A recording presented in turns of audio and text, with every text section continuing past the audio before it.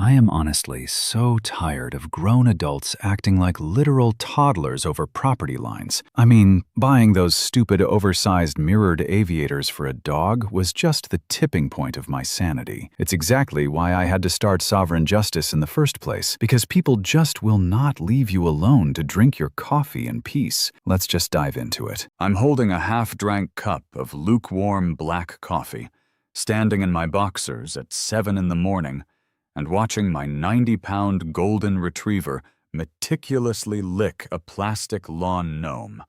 And while this majestic display of canine intelligence is happening, the woman next door is shrieking over the chain-link fence that she is being visually assaulted by his gaze. Picture this. We are in Boca Raton, Florida. If you've never been to Boca, imagine a place where the grass is so aggressively green it actually hurts your eyes. The palm trees look like they've been ironed, and the Homeowners Association has more unhinged legislative power than most sovereign nations. I bought this house a year ago because I liked the big backyard. I didn't realize that by signing the deed, I was entering a cold war with a woman who treats neighborhood watch duties like a black ops mission. Her name is Brenda. Brenda is the HOA vice president. She wears matching pastel Lululemon sets strictly as an intimidation tactic, and her haircut is angled so sharply it could probably slice a tomato. Brenda's backyard is separated from mine by a flimsy 4-foot chain-link fence. It's the only kind of fence the HOA allows without a blood sacrifice and a notarized permit from God himself. Brenda's side of the fence features a pristine, hand-laid Tuscan tile patio where she does sunrise yoga every single morning. My side of the fence features Buster. Let me tell you about Buster. Buster is a very good boy, but if dogs were graded on an academic curve, Buster would be held back in kindergarten. He is a giant, fluffy, 90-pound golden idiot. There are absolutely zero thoughts behind his big brown eyes.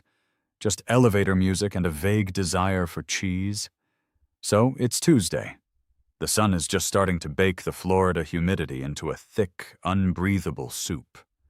I step out onto my back porch to get the newspaper.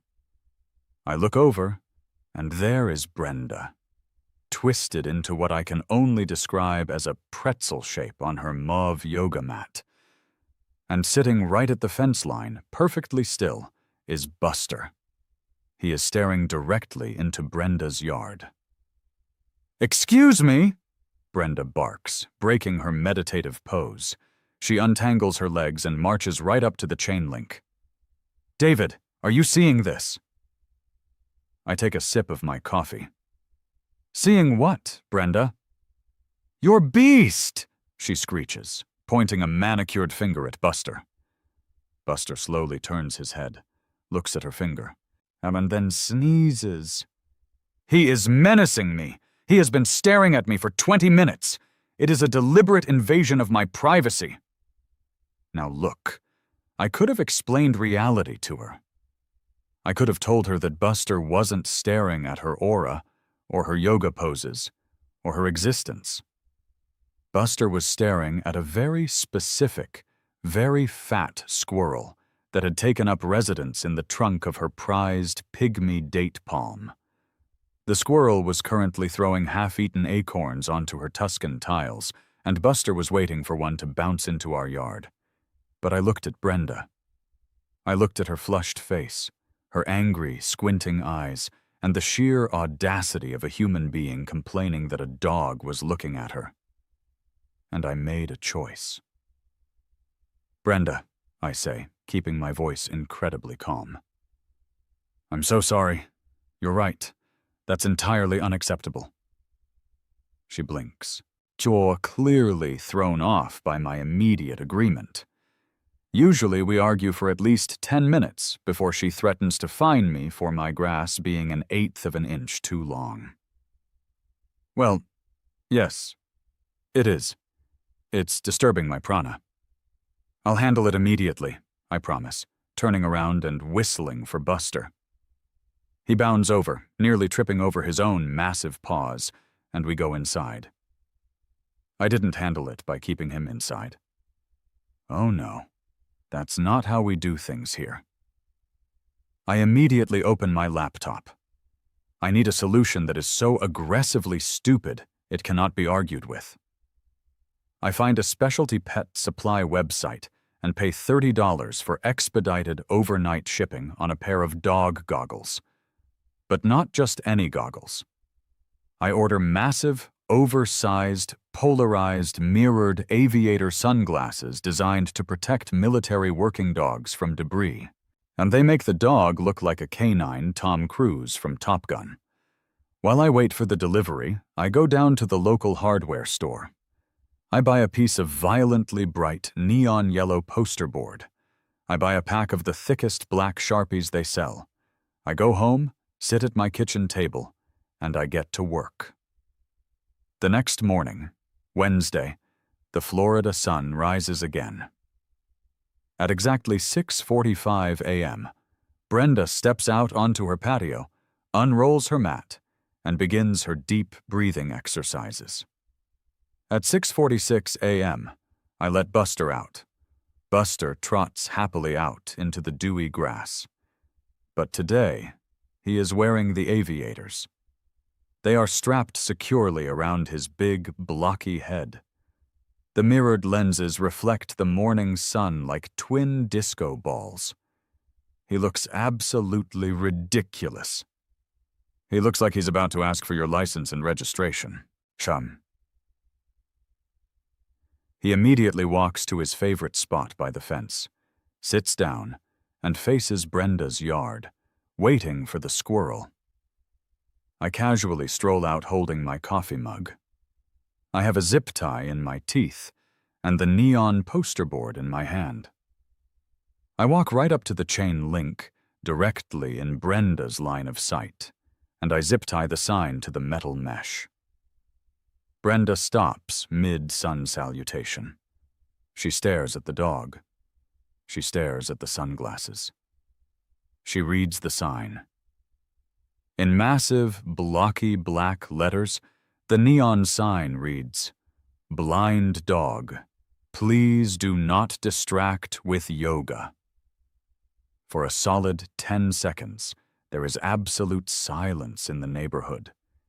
You could hear a pin drop. You could hear the squirrel chewing an acorn. And then, Brenda erupts. "Are you insane?" she screams, her voice cracking the peaceful morning air. "That dog is not blind. He was chasing a tennis ball yesterday." "It's a degenerative condition, Brenda," I yell back, leaning against the doorframe, taking a slow, obnoxious sip of my coffee. It came on very suddenly. The vet says he's highly sensitive to sudden, jerky movements, like bad Pilates. "It's yoga!" she shrieks, her face turning a color that roughly matches a ripe tomato. "You are mocking me! Take that sign down right now! Take those ridiculous glasses off that animal!" "I can't do that, Brenda.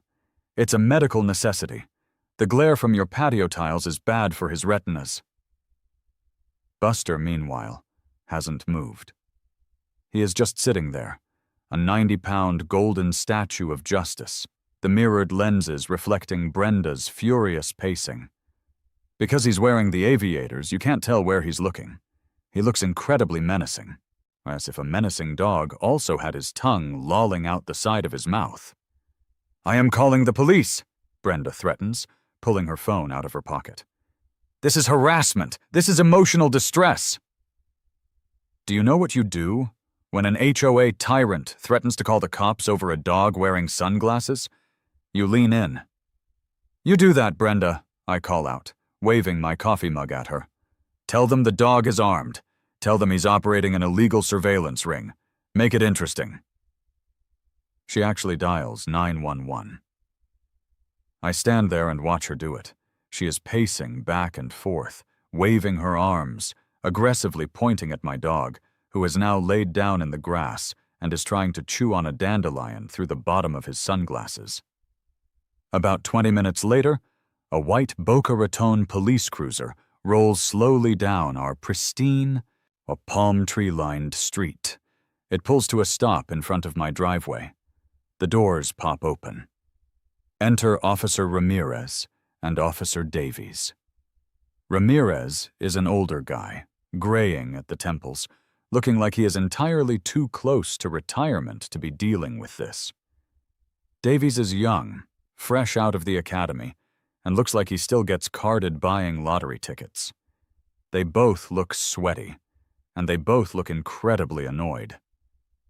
I meet them at the front gate. "Morning, officers," I say, leaning on the gate. Ramirez sighs heavily. He adjusts his utility belt. "Sir, we got a call from dispatch. A 1039. Disturbance. The caller stated her neighbor was using an animal to stalk and harass her?" "Right," I say, nodding seriously. "You're gonna want to see this. It's pretty intense. He's in the backyard."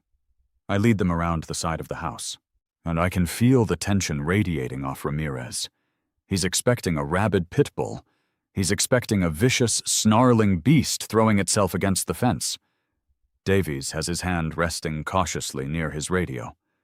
We round the corner. There is Buster.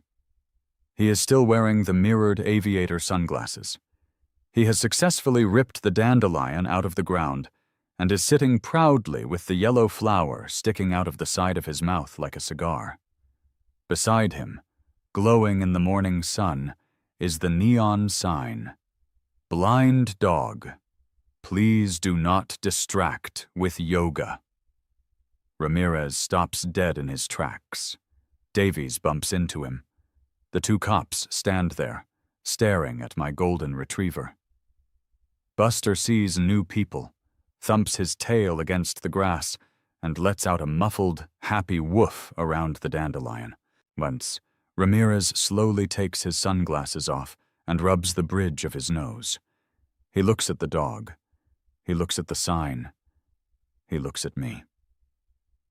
"Sir," Ramirez says, his voice dangerously flat. "Is that dog wearing aviators?" "They're prescription," I lie, not missing a beat. Davies, the rookie, breaks first. A snort escapes his nose. He slaps a hand over his mouth, turning his head away, his shoulders visibly shaking. Ramirez shoots him a withering glare, but I can see the corner of the veteran cop's mustache twitching. Before Ramirez can formulate a professional response to this utter nonsense, the sliding glass door next door violently bangs open. Brenda storms out onto her patio.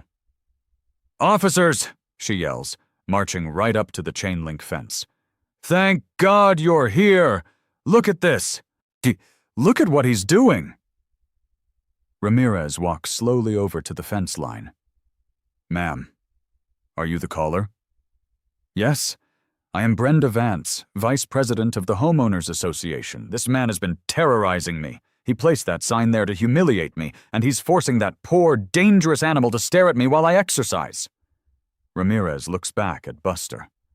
Buster has dropped the dandelion and is now rolling on his back, his legs kicking in the air, the aviator somehow still strapped securely to his head. "Ma'am," Ramirez says, and it takes every ounce of his 30 years of police training to keep his voice steady. "The dog is currently eating grass." "He's wearing sunglasses," Brenda shrieks, pointing accusingly. "He's hiding his eyes so I can't see him watching me. It's psychological warfare." At this point, Judge Officer Davies completely loses the battle. He lets out a loud, barking laugh, immediately turning his back to the fence and pretending to cough into his radio. "Arrest him!"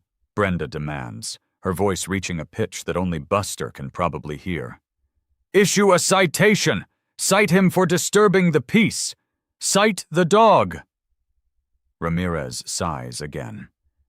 It's a deep, soulful sigh of a man who realizes his tax dollars are paying for this exact moment. He turns to face Brenda squarely. "Mrs. Vance," Ramirez says, his tone dropping into that authoritative, no-nonsense cop voice. "Staring is not a crime. Putting sunglasses on a dog is not a crime. Putting up a sign on your side of the fence, provided it doesn't violate city obscenity ordinances, is not a crime. But my peace of mind... Your peace of mind is not a matter for the police department.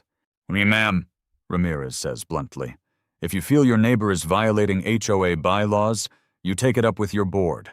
But do not call the emergency dispatcher again, because a golden retriever is looking in your general direction. Do you understand me? Brenda looks like she has just been slapped with a wet fish. Her mouth opens and closes a few times. She glares at Ramirez, she glares at Davies, and then she locks her furious, narrowed eyes on me. You think this is funny, she hisses, her voice dropping to a venomous whisper. I think it's hilarious, Brenda, I reply honestly. Brenda straightens her spine. She points a trembling, manicured finger directly at my chest. I am on the board, David. You want to play games with property lines? Fine. By Friday, you won't have a yard left to put that mutt in. I will bury you in violations. She spins on her heel and marches back into her house, slamming the sliding glass door so hard the glass actually shudders in the frame. Ramirez shakes his head, putting his own sunglasses back on. He walks back over to me. You're poking the bear, son, Ramirez says, though there's a distinct hint of amusement in his eyes now. The bear was doing bad yoga at me, officer. I had to defend myself. Davies walks over to Buster. He kneels down in the grass. Hey, buddy, he coos. Buster immediately rolls over, demanding belly rubs. Davies obliges. Hey, sir? Yeah? Can I get a picture with him? Davies asks, looking entirely too excited. My fiancé loves Goldens. Only if you use portrait mode, I tell him. The cops spend the next 10 minutes in my backyard petting Buster, until taking selfies with the blind dog in aviators and complaining about the local heat. When they finally leave, Ramirez pauses at the gate. Good luck with the HOA, he says, grimacing. Those people are worse than the cartel. I'll be fine, I say, waving them off. But as I watch the cruiser roll away, I know Brenda wasn't making an empty threat. She is the vice president. She has nothing but time, money, and a burning, vindictive desire to make my life a living hell. She is going to weaponize the rule book against me. I look down at Buster. He manages to paw the sunglasses off his face, gives them a tentative sniff, and then sneezes again. All right, buddy, I say, picking up the aviators. It's time to go to war. 2 days later, the Florida heat is already hitting 90 degrees by 10 in the morning, and I am standing by my mailbox, sweating through a gray t-shirt. I open the little metal door, and sitting right there on top of a pile of junk mail from local realtors is a crisp, unnervingly thick white envelope. It has a certified mail sticker on it. You know the one. That neon green strip of adhesive anxiety that basically screams, "Congratulations, you are about to be legally threatened by someone with too much free time." Honestly, I knew it was coming. I mean, Brenda wasn't the type to just let a public humiliation slide. I rip the envelope open right there on the sidewalk. It's printed on heavy bond, cream-colored paper, which is literally the most pretentious paper you can buy. The letterhead reads, Boca Raton Whispering Pines Homeowners Association, embossed in a ridiculous gold foil. And I guess they use our monthly dues to fund their stationery addiction. I start reading the letter, and it is a masterpiece of passive-aggressive, bureaucratic word salad. It takes them 3 paragraphs of citing arbitrary community aesthetic guidelines just to get to the actual point. But when I finally hit paragraph 4, there it is. The hammer drop. Effective immediately, the letter reads, pursuant to emergency bylaw provision 4.12.b regarding visual nuisances and property line harmony, The resident at 1422 Palmetto Drive is hereby mandated to obscure the sightline of the nuisance animal currently residing on the premises. Failure to erect an approved visual barrier within 5 business days will result in a daily fine of $250, compounding, and potential legal action to remove said nuisance animal from the community. I literally just stand there in the sun and laugh. I mean, I actually laugh out loud, causing the mailman across the street to pause and look at me like I've lost my mind. Visual barrier. Nuisance animal. They didn't even have the guts to call Buster a dog. They referred to him like he was a radioactive waste leak. Brenda had actually gone to the board, called an emergency session, and somehow convinced a room full of retired dentists and amateur golf enthusiasts that my golden retriever was a threat to property line harmony. I guess she thought she had me cornered. I walk back inside, toss the letter on the kitchen counter, and look down at the nuisance animal in question. Buster is currently asleep on his back on the kitchen tile. All 4 paws in the air, softly snoring. A little bit of drool is pooling on the grout. Terrifying. All right, Brenda. You want a visual barrier? Let's go get a visual barrier. I take a quick shower, put on a collared shirt, because you have to dress like you're attending a deposition when you go to the HOA office, and I drive the 3 miles to the community clubhouse. The Whispering Pines HOA office is located in a building that looks like a cheap imitation of a Mediterranean villa.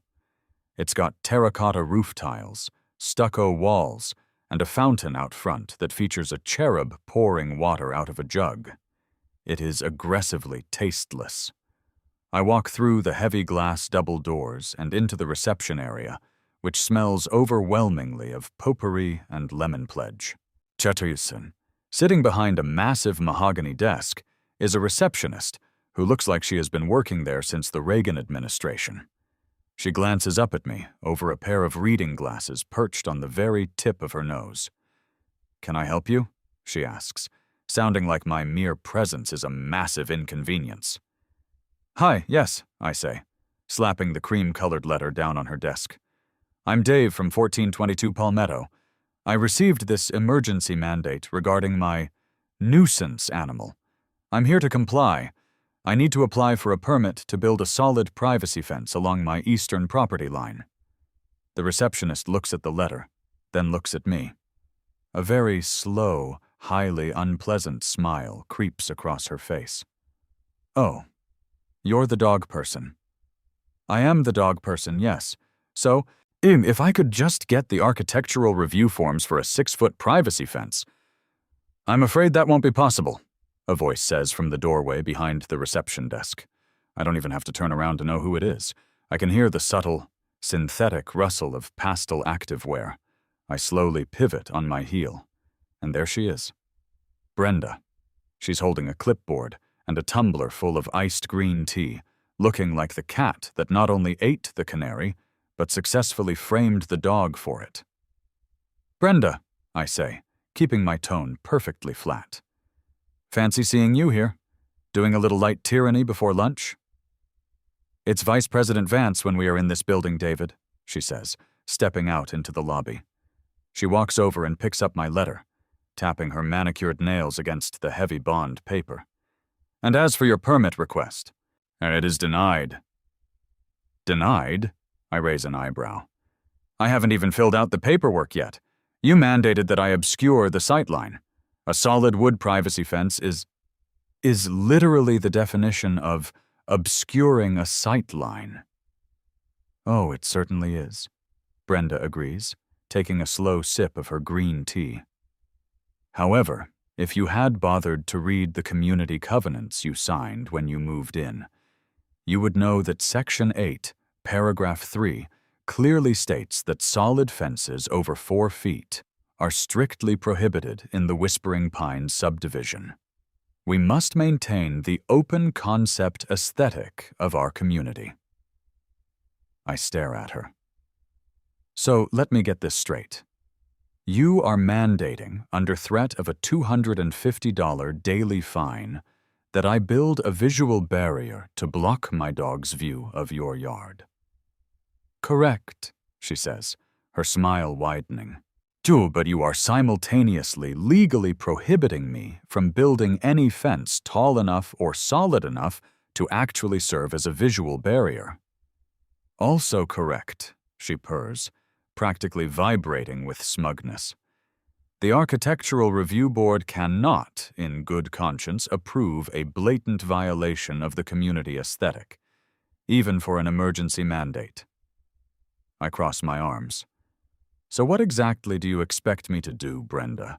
Build a 4-foot chain-link fence in front of the 4-foot chain-link fence we already have? I expect, Brenda says, leaning in slightly, her voice dropping to a theatrical whisper, that you will have to keep that beast inside your house permanently. Or perhaps realize that this community is simply not a good fit for a person of your lifestyle, and put the house on the market. I know a wonderful realtor. It hits me then. The absolute brilliance of her petty little scheme. It wasn't about the staring. It was never about the staring. It was about control. She had engineered a flawless, bureaucratic catch-22.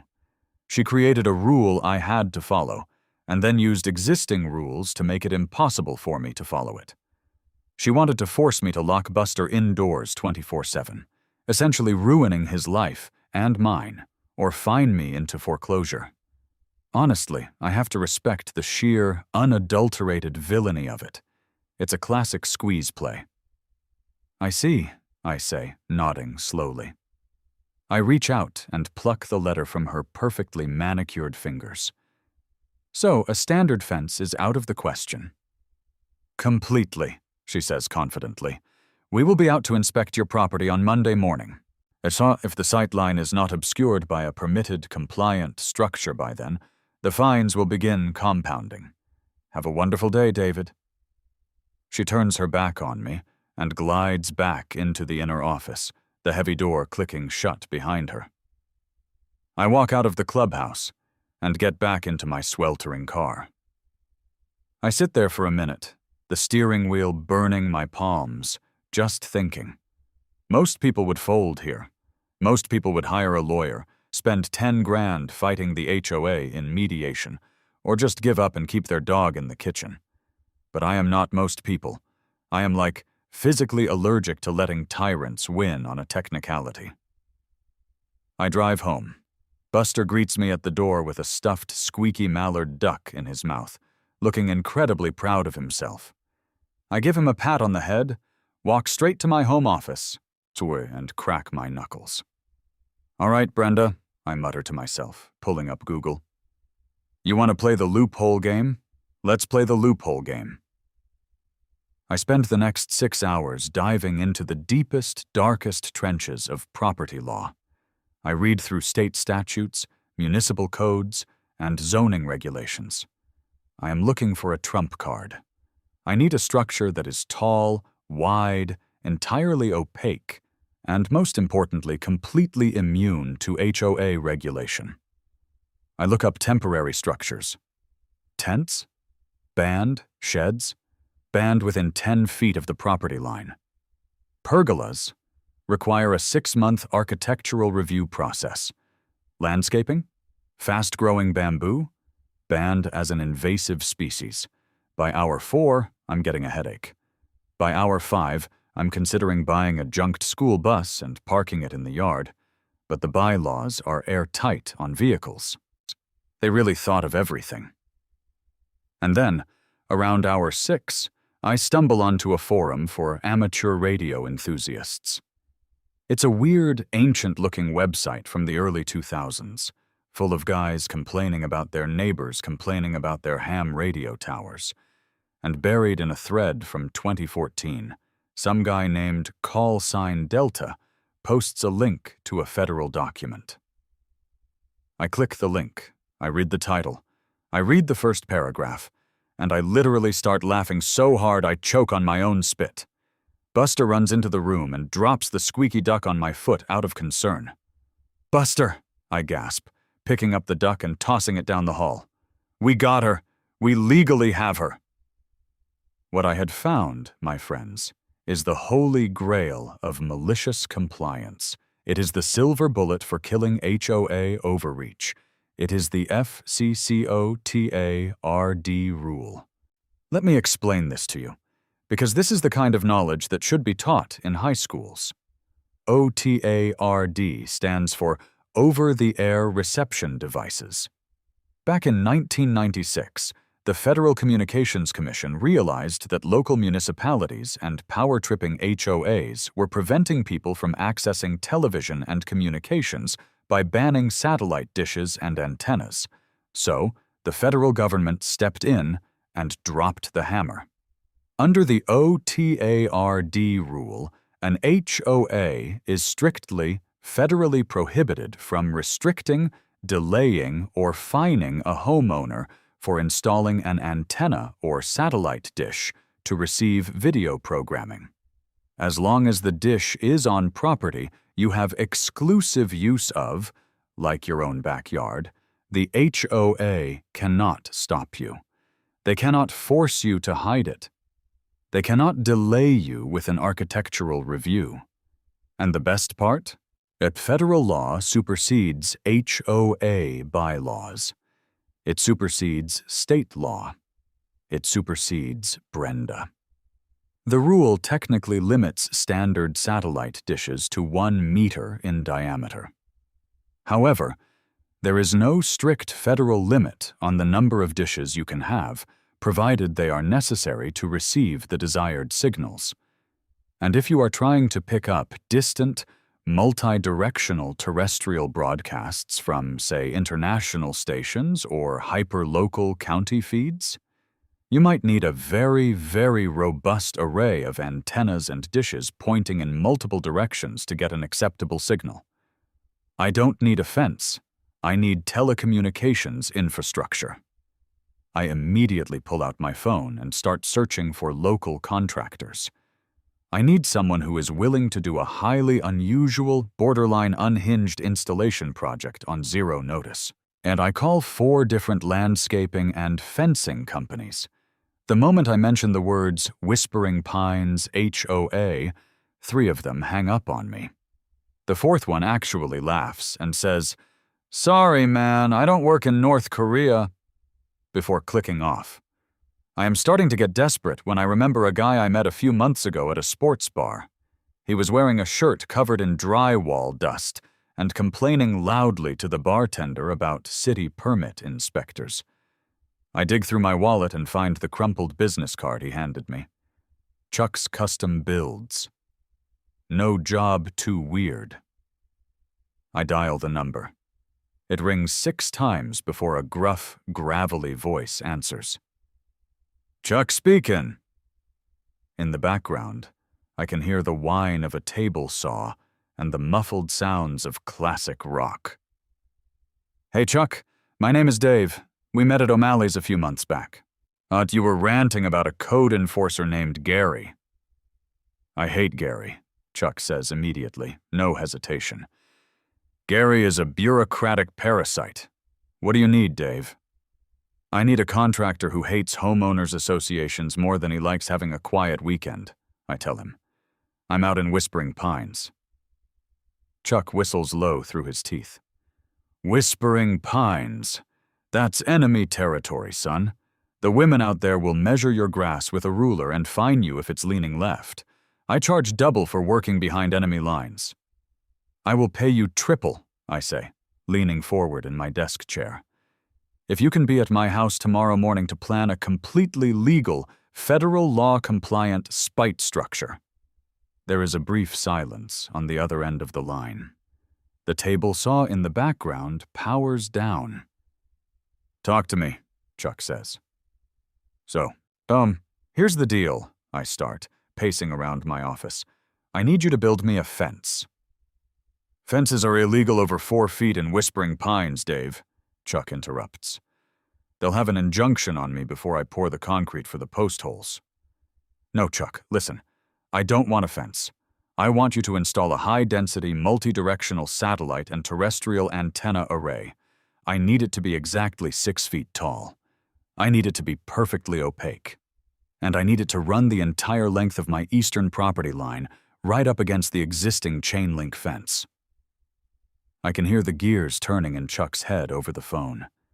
I hear the distinctive flick of a lighter, followed by a long, slow exhale of smoke. An antenna array, Chuck repeats slowly. Yes, under FCCOTARD regulations, the HOA cannot legally restrict the installation of telecommunications equipment. It's federal law. If they try to stop you or me, they are committing a federal violation. So, Chuck says, his voice taking on a tone of deep, profound reverence. You want me to build a wall of satellite dishes to block your neighbor's view. I want you to build the most beautiful piece of telecommunications infrastructure the state of Florida has ever seen, Chuck. I want it to be a monument to signal reception. Chuck lets out a raspy, chain smoker laugh that devolves into a slight cough. Son, I'm going to be at your house at 8 a.m. tomorrow. Have the coffee ready. The next morning, a beat-up, rusted-out Ford F250 pulls into my driveway. The truck looks like it has survived 2 wars and a hurricane. The back is loaded with lumber, steel pipes, and an alarming amount of concrete mix. Chuck steps out. He is a man who looks exactly like his voice sounds. He's wearing stained Carhartt work pants, a faded t-shirt, and a battered hard hat. He has a half-smoked cigarette dangling from his bottom lip, and he looks around the pristine, perfectly manicured neighborhood of Whispering Pines with an expression of pure, unadulterated disgust. I walk out to meet him. Chuck. Dave, he nods, shaking my hand. His grip feels like a pair of pliers. Let's see the combat zone. I lead him around the side of the house to the backyard. The morning sun is just starting to hit Brenda's patio. She isn't out there doing yoga yet, thankfully. I point to the 4-foot chain-link fence. Right there, I say. 40 feet long. She wants a visual barrier. We're going to give her one. Chuck walks up to the fence line. He pulls a tape measure off his belt and snaps it out, measuring the height of the chain link. He looks over at Brenda's perfect Tuscan tiles. He looks up at the pygmy date palm. He spits a piece of tobacco onto the grass. All right, Chuck says, pulling a crumpled notepad out of his pocket. If we're gonna do this, we gotta do it right. If it's a fake array, the city code guys will tag it as a public nuisance and tear it down. The HOA will call them. Guaranteed. It has to actually function. I thought of that, I tell him. I spent all night on Amazon. I ordered 12 generic 1-meter satellite dishes, the big, solid metal ones. I also ordered a handful of long-range terrestrial TV antennas, the big, ugly metal prongs. And, to make it bulletproof, I bought a dozen cheap, a $30 digital TV tuners. We are going to wire every single dish and antenna to a tuner box and plug them into a power strip in my garage. If anyone asks, I am attempting to aggressively monitor local public access channels. Chuck stops writing on his notepad. He slowly looks up at me. He takes the cigarette out of his mouth. Dave, Chuck says, a single tear of joy practically forming in his eye. You are a sick, twisted individual. Thank you, Chuck. I try.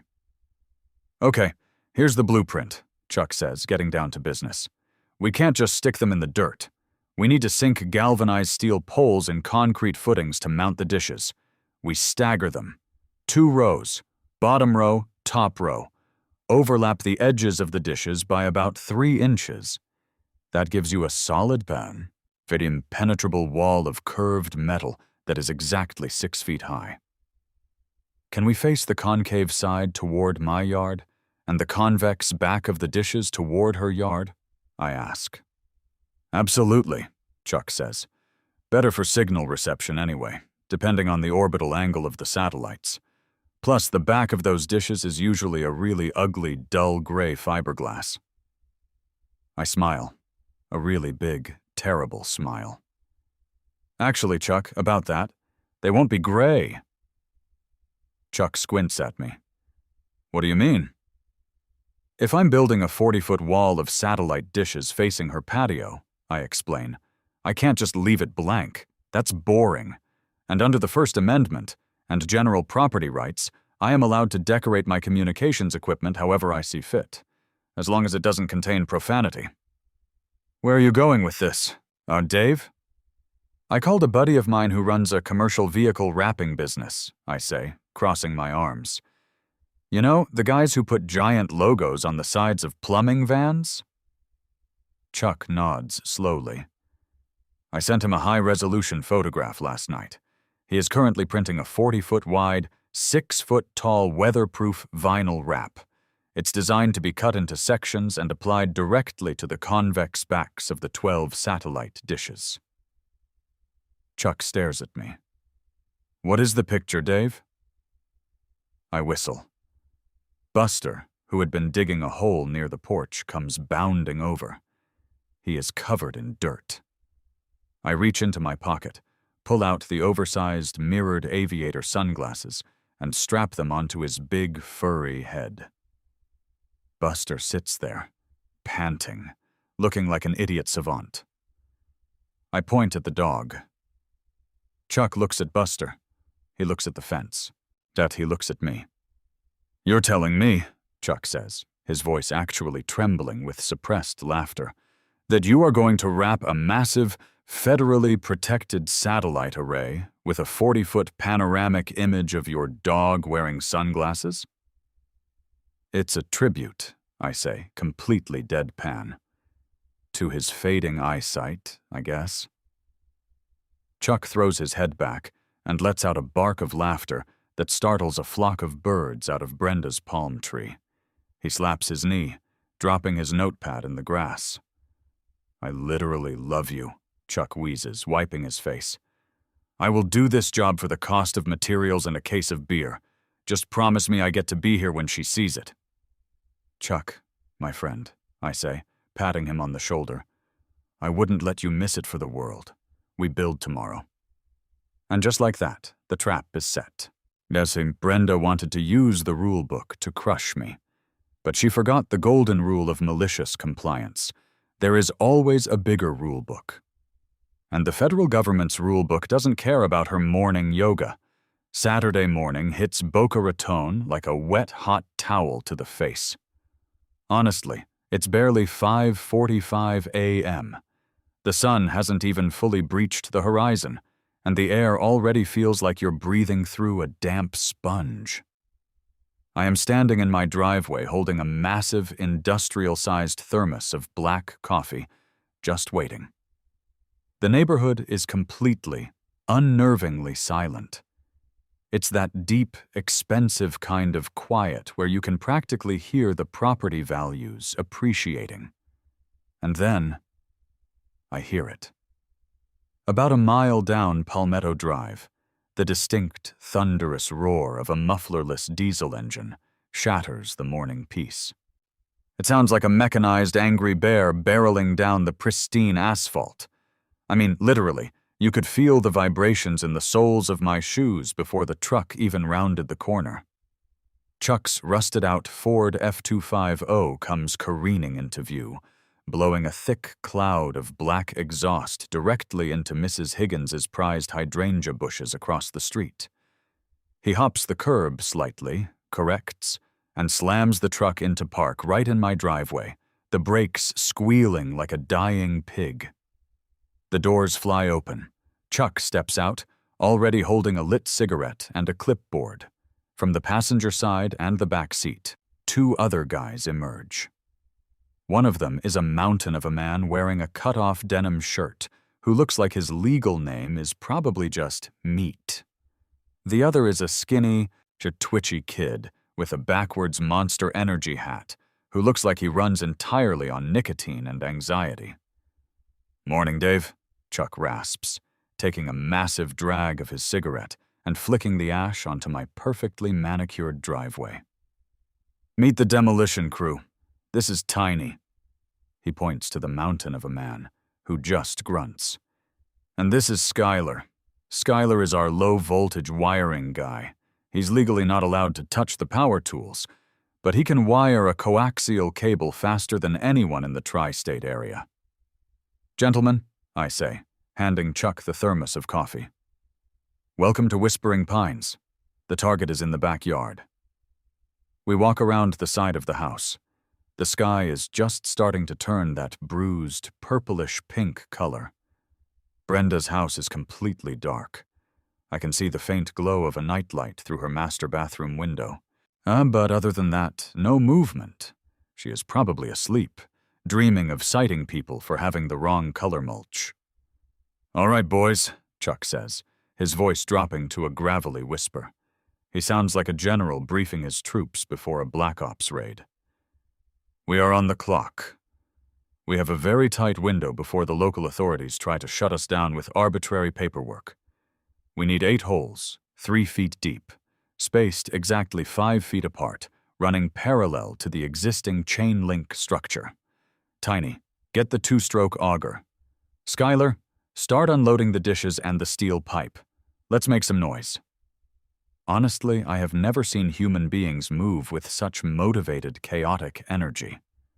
Tiny walks back to the truck and pulls out a massive, gas-powered post-hole digger that looks like it belongs on an oil rig. And he carries it over to the fence line like it weighs absolutely nothing. At exactly 6 a.m., the legally permissible noise ordinance hour for construction in Palm Beach County, Tiny pulls the starter cord on the auger. The engine screams to life. It is, and I mean this literally, the loudest piece of machinery I have ever heard in my entire life. It sounds like a helicopter crashing into a chainsaw factory. The auger bites into the Florida dirt, throwing chunks of sod and mud 10 feet into the air. Within 30 seconds, the sliding glass door on Brenda's patio violently jerks open. Brenda stands there in a plush, floor-length, violently pink silk bathrobe. Her hair is in curlers. She has a white clay mask smeared across her face, making her look like a deeply angry, aristocratic ghost. She is holding a ceramic coffee mug, and her mouth is open in a silent scream of pure, unadulterated outrage, because there is no way she can be heard over the deafening roar of the 2-stroke engine. I just stand there on my patio, holding my coffee, and I give her a very polite, very slow, neighborly wave. She points a shaking finger at me, then at Tiny, then at the sky, like she is trying to invoke the wrath of the HOA gods. She storms to the edge of the chain link fence, but Chuck immediately steps in front of her, holding up his clipboard like a shield. The auger engine cuts out for a brief second as Tiny moves to the next hole. "What are you doing?" Brenda screeches, her voice echoing off the stucco walls of the houses. "It is 6 o'clock on a Saturday. You are destroying the peace. I am calling the police." "I am calling the mayor." Chuck slowly pulls the cigarette from his lips. He looks her up and down with an expression of profound, tired indifference. "Morning, ma'am. We're doing a federally protected telecommunications installation. Perfectly legal. Got the permits right here on the clipboard, though technically we don't even need them for this. Please stand back. The heavy machinery can throw debris." "Telecommunications?" Brenda shrieks, spittle actually flying from her lips. "That is a fence! You are building a fence! I denied his permit!" Tiny pulls the cord again. The auger screams. Brenda covers her ears and retreats back to her patio, grabbing her phone and furiously dialing. "Let her call," Chuck yells over the noise, grinning at me.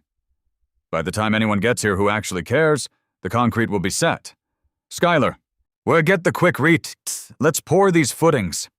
For the next 2 hours, my backyard is an absolute war zone of malicious compliance. Tiny sinks 8 massive 10-foot galvanized steel poles into the ground, burying 3 feet of them in the dirt. Skylar mixes bags of fast-setting industrial concrete in a wheelbarrow, pouring it into the holes around the poles. The Florida heat is really starting to crank up now, turning the backyard into a humid, concrete-scented sauna. Sweat is pouring down everyone's faces. By 8:30 a.m., the poles are perfectly plumb, aligned in 2 staggered rows, exactly 1 inch away from Brenda's beloved chain-link fence. Because we staggered them, front row, back row, we created the structural framework for a completely overlapping, solid wall. "All right, concrete's getting tacky," Chuck announces, wiping his forehead with a filthy rag. "Bring in the hardware." This is where it gets beautiful. Honestly, it was like watching artists at work. Skylar and Tiny start hauling massive cardboard boxes from the truck. We unpack 12 solid steel, heavy-duty satellite dishes. These aren't those little flimsy mesh things. These are solid, opaque, heavy-gauge metal dishes, each one exactly 39 inches across. Just under the FCC's 1-meter limit for standard classification. Completely rendering any HOA argument null and void, we start bolting them to the steel poles. We do a bottom row of 6 dishes, bolting them low to the ground. Then, we do a top row of 6 dishes, bolting them directly above the bottom row. Because of the staggered poles, the top and bottom dishes overlap by about 4 inches. And the dishes side by side overlap by about 2 inches. It creates a completely solid, impenetrable, curved metal wall. It is exactly 6 feet tall. It runs exactly 40 feet long.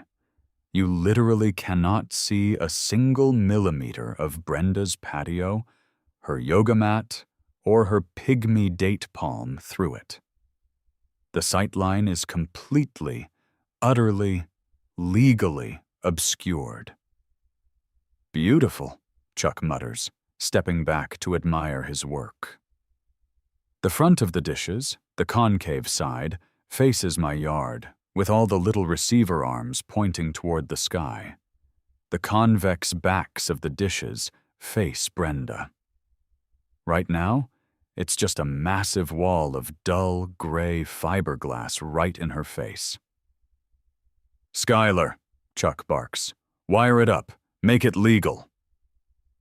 Skylar scurries forward like a highly caffeinated ferret. He has spools of black coaxial cable hanging around his neck, and he starts meticulously wiring every single receiver arm on all 12 dishes. He runs the cables down the steel poles, zip-tying them neatly, and snakes them into a massive, weatherproof junction box we mounted to the side of my house. Inside the junction box, I have 12 cheap, $30 digital TV tuners plugged into a heavy-duty surge protector. Skylar hooks every single dish up to a tuner. "Are they active?" Chuck asks. Skylar plugs a portable, battery-powered diagnostic monitor into the main output. The screen flickers to life, showing a burst of static, and then perfectly tunes into a hyper-local, standard-definition broadcast of a Palm Beach County public access show about bass fishing. "We have signal, boss," Skylar says, grinning. "We are officially receiving over-the-air video programming. 12 independent, so we see. Overlapping terrestrial data streams." "God bless the Federal Communications Commission," I whisper, wiping away a fake tear. "But we aren't done. Oh no, we haven't even gotten to the petty part yet." I walk over to the garage and pull out a long, heavy cardboard tube. I carry it over to the grass and pop the plastic end cap off. "Chuck," I say, "it's time for the murals." Chuck's eyes light up. "Tiny, get the squeegees. Skylar, get the heat gun." I pull out the vinyl wrap. The guy at the print shop really outdid himself. It is a massive, high-definition, heavy-duty commercial vehicle wrap, printed on UV-resistant, weatherproof adhesive vinyl. It is rolled up into sections. We walk around to the back of the dishes, squeezing into the tight 1-foot gap between our new telecommunications array and the chain-link fence. Brenda is nowhere to be seen, but the blinds on her sliding glass door are twitching violently. She is watching us. We start applying the vinyl. It's essentially a 40-foot wide, 6-foot tall jigsaw puzzle. We peel the backing off the first panel and stick it to the far left dish, smoothing it out over the curved fiberglass back with rubber squeegees. Skylar uses the heat gun to shrink the vinyl around the edges so it adheres perfectly to the metal rims. It takes us another 2 hours to apply all 12 sections. The sun is absolutely punishing now. It's pushing 95 degrees, the humidity is at 90%, and we are crammed against a chain-link fence, smelling like spray, adhesive, and sweat, but nobody complains. We are fueled by pure, unadulterated spite. We apply the final panel on the far right dish, while Skylar hits it with the heat gun one last time. We step back. We squeeze out from behind the array and walk onto Brenda's side of the property line, just standing on the sidewalk looking into her yard to get the full effect. I literally lose my breath. It is a masterpiece. Stretching across the entire 40-foot property line, perfectly obscuring Brenda's yard, is a massive, photorealistic 20-foot wide image of Buster's face. Because the dishes are curved, it gives the image this weird, slightly distorted 3D effect. The 90-pound golden retriever is staring directly down at Brenda's Tuscan tile patio, and right in the center, spanning across 4 different satellite dishes, are the oversized, mirrored aviator sunglasses. It is the most gloriously hideous thing I have ever seen. It dominates the landscape. It is an inescapable, monumental monument to malicious compliance. At that exact moment, as if summoned by the sheer chaotic energy of the artwork, a convoy of vehicles turns onto Palmetto Drive. First is Brenda's pristine white Lexus SUV. She must have left through the front door to go rally the troops. Behind her is a silver Mercedes sedan, and behind that is a white Ford Explorer with the official seal of the City of Boca Raton Code Enforcement Office plastered on the side. The cavalry has arrived. The 3 vehicles park aggressively along the curb. Brenda gets out first. She is no longer in her bathrobe. She has changed into a sharp navy blue pantsuit, looking like she is ready to litigate a murder trial. From the Mercedes emerges a man who can only be described as the final boss of homeowners associations. He is wearing perfectly pressed khaki slacks, a pastel yellow polo shirt, tucked in with a braided leather belt, and a pair of wire-rimmed glasses perched on his nose. He has a clipboard tucked under his arm. This has to be Arthur, the HOA president. From the city vehicle emerges a guy wearing a rumpled polo shirt, cargo pants, and a deeply exhausted expression. He's carrying a tablet. He looks like a guy who just wants to make it to his pension without having an aneurysm. This is Gary, the code enforcer. "Gary!" Chuck yells from my driveway, throwing his arms wide.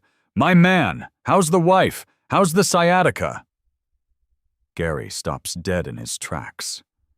He looks at Chuck, his shoulders instantly slumping. "God damn it, Chuck. I saw the address and I prayed it wasn't you.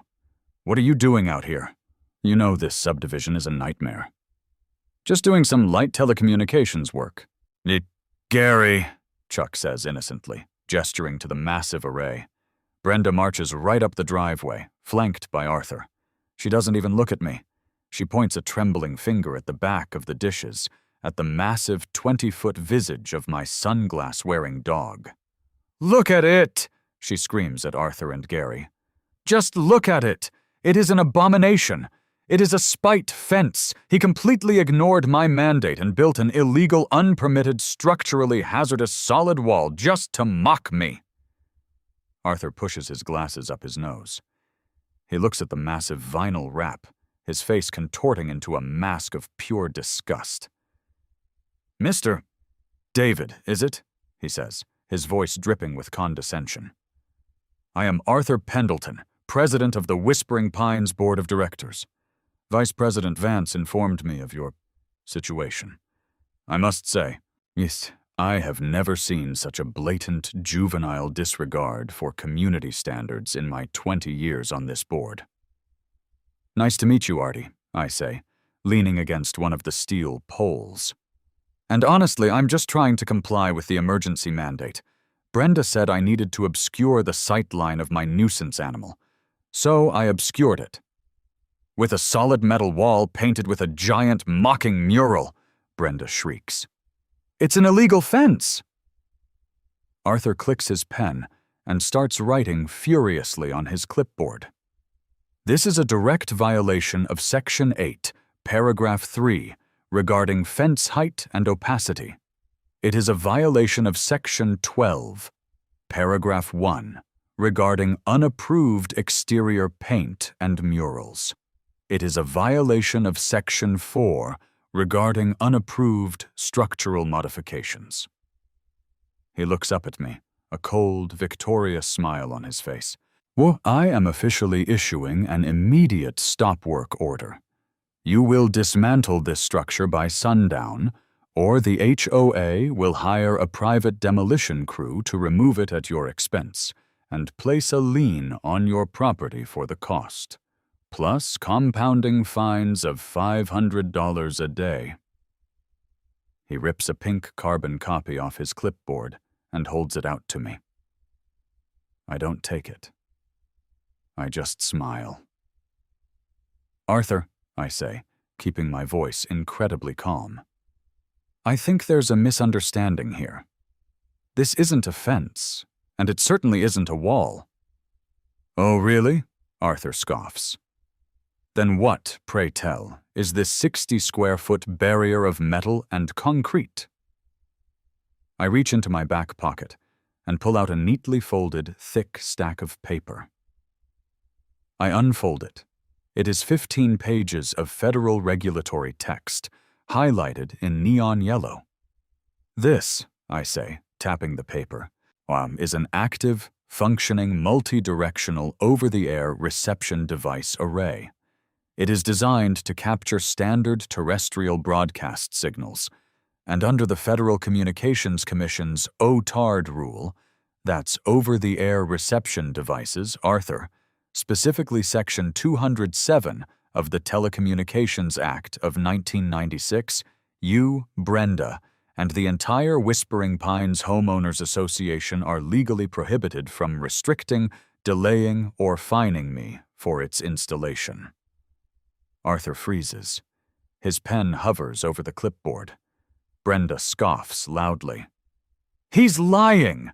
He printed that off the internet! It's a fake loophole! Gary, cite him! Tear it down!" Gary, the code enforcer, sighs heavily. He walks past Brenda, past Arthur, and walks right up to the array. He inspects the steel poles. He checks the concrete footings. He walks around to my side of the yard and looks at the 12 receiver arms pointing up at the sky. He traces the coaxial cables down the poles, into the junction box. "Hey, Skylar," Gary says, nodding at the twitchy kid. "Hey, Mr. Gary," Skylar says, holding up his diagnostic monitor. Gary looks at the monitor. He sees the active, live feed of the Palm Beach County Bass Fishing Show. He sees the signal strength indicators for all 12 tuners lighting up green. Gary turns around. He looks at Arthur. He looks at Brenda. "He's right," Gary says, his voice completely flat.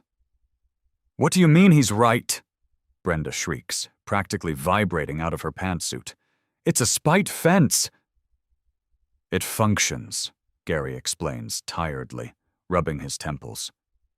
It is fully wired, actively receiving a signal, and mounted securely according to local wind shear codes. As far as the city of Boca Raton is concerned, this is telecommunications infrastructure. I have zero jurisdiction here. I can't touch it. Arthur's face starts to turn a very unhealthy shade of purple. The HOA has jurisdiction.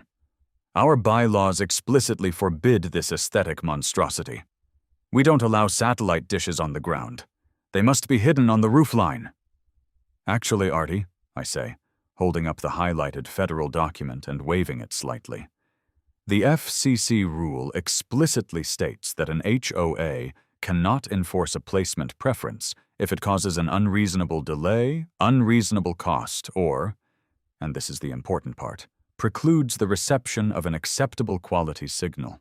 I tried putting them on the roof, Artie, but sadly, the signal for Palm Beach Public Access Channel 42 is highly directional. I have to place them exactly right here, on the property line, at this exact height, to get the bass fishing show in high definition.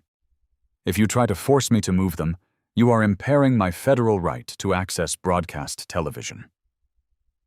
Arthur stares at me. He looks at the printed law. He looks at the massive, grinning face of my dog on the vinyl wrap. The realization is slowly washing over him. He is a man who has spent 20 years wielding absolute power over mailbox colors and grass length, suddenly slamming face first into the brick wall of federal regulatory supremacy. Furthermore, I continue, really twisting the knife now, as the FCC rule states that any HOA attempting to enforce an invalid restriction against a protected installation is subject to federal fines. If you hand me that pink slip, Arthur, my next phone call is to the FCC Enforcement Bureau to report a civil rights violation regarding my access to communications. I'm sure their lawyers would love to have a chat with your board. There is a long, agonizing silence. The only sound is the gentle hum of the digital TV tuners in the junction box and the distant squawk of a seagull. Arthur's hand slowly drops. He lowers the clipboard. He looks at Brenda. "Brenda," Arthur says, his voice tight, sounding like he is chewing on glass. "You told me this was a fence." "It is a fence," she cries out, desperation creeping into her voice. "Look at it. And he just slapped a giant picture of his stupid blind dog on a bunch of metal bowls." "Under the First Amendment," I chime in cheerfully, "I am allowed to decorate my communications equipment however I choose, so long as it isn't legally obscene. I consider it a tribute piece. Modern art, really." "Arthur, do something!" Brenda demands, grabbing his arm. "Fine him! Sue him! We can't let him get away with this. Every time I do yoga, I have to look at that face!" Arthur violently yanks his arm away from her. "There is nothing I can do, Brenda. It's a federal law. Do you want to bankrupt the HOA fighting the United States government over a satellite dish? Because I am not signing off on that litigation." He points an angry finger at her. "You called an emergency session for a staring dog. You created this mandate. But you forced this issue. Now you can look at the consequences." Arthur turns on his heel, marches back to his Mercedes, gets in, and slams the door. He doesn't even look back as he speeds away. Gary sighs, tapping his tablet. "Well, my work here is done. Good to see you, Chuck. Try not to build any unpermitted skyscrapers in my district." "No promises, Gary," Chuck chuckles, lighting another cigarette. Gary gets in his city SUV and drives off. And then there were two. Well, two and Chuck's crew, who are currently sitting on the tailgate of the F-250, eating sandwiches and watching the show like it's a pay-per-view boxing match. Brenda is standing alone on the sidewalk. She slowly turns to face the 40-foot wall of metal. She looks up at the 20-foot-tall, photorealistic face of Buster. Buster, wearing the mirrored aviator sunglasses, is staring down at her for all of eternity. It is an immovable, federally protected monument to her own hubris. She looks at me. Her mouth opens, but no words come out. Her eyes are wide, glassy, and completely defeated.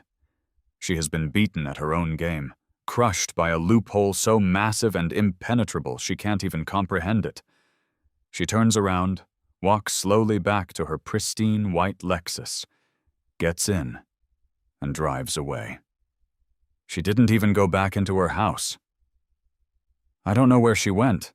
Honestly, she probably drove to a different county just to escape the gaze of the giant sunglass-wearing dog. I walk back into my yard.